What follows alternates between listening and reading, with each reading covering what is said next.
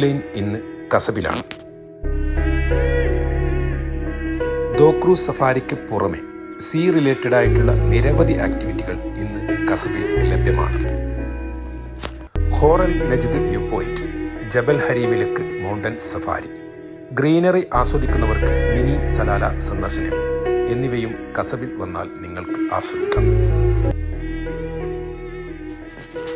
കസബിലെത്തുന്ന വിനോദസഞ്ചാരികൾക്ക് സുരക്ഷിതമായി വിനോദസഞ്ചാര ആക്ടിവിറ്റികൾ നടത്താൻ കഴിയുന്ന ഏക ബീച്ചാണ് കസബിലെ ബസ്സ ബീച്ച്. താമസത്തിനായി സ്റ്റാർ ഫെസിലിറ്റീസ് ലഭ്യമാക്കുന്ന 2 ഹോട്ടലുകളാണ്, ഒന്ന് അത്താന കസബും അത്താന മുസന്തവും.